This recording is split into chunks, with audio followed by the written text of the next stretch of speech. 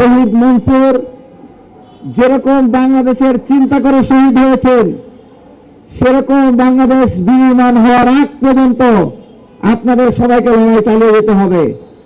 যে তদন্ত কমিশনের রিপোর্টে দেখা গিয়েছে, এই খুনের সাথে সরাসরি ভারত এবং তাদের তাবেদারে কিছু আওয়ামী লীগ জড়িত ছিল।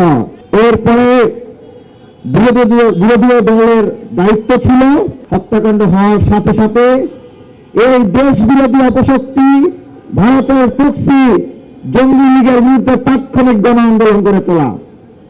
কিন্তু আমি অত্যন্ত হৃদয় ব্যথার সাথে লক্ষ্য করছি যে এই পিলখানা হত্যাকাণ্ড হওয়ার পরেও বাংলাদেশের তেমন কোন আন্দোলন গড়ে ওঠে নাই।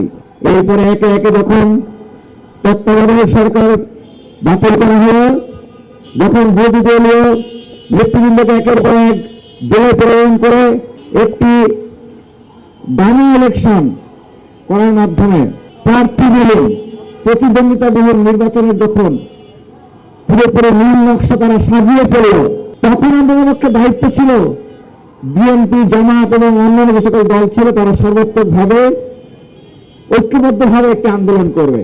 29 এবং 30 ডিসেম্বর বাংলাদেশের আপসহীন নেত্রী বেগম খালেদা জিয়া যে মার্চ ফর ডেমোক্রেসিক কর্মসূচির ঘোষণা করেছিল, সেই কর্মসূচিতে বিরোধী দলীয় নেতৃবৃন্দদেরকে রাজপথে তুলে পাওয়া যায় নাই।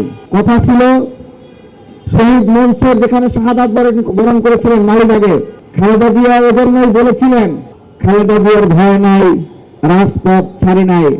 এই স্লোগান তিনি মানেন না, তিনি বিশ্বাস করেন না।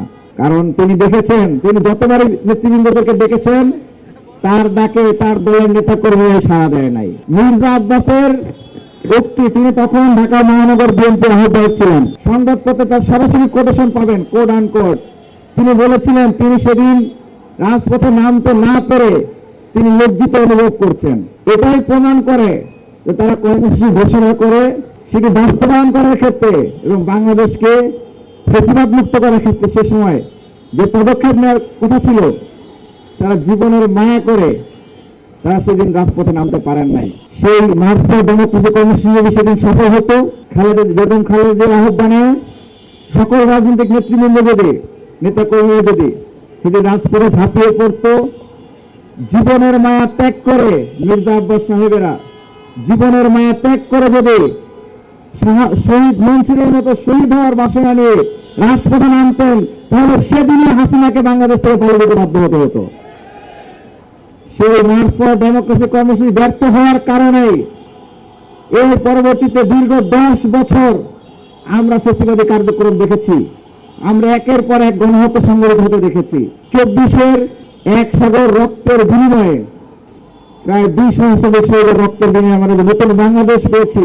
সেই বাংলাদেশে আমাদের সবাইকে শপথ গ্রহণ করতে হবে, শহীদ মনসুর যেরকম বাংলাদেশের চিন্তা করে শহীদ হয়েছেন, সেরকম বাংলাদেশ বিনির্মাণ হওয়ার আগ পর্যন্ত আপনাদের সবাইকে লড়াই চালিয়ে যেতে হবে।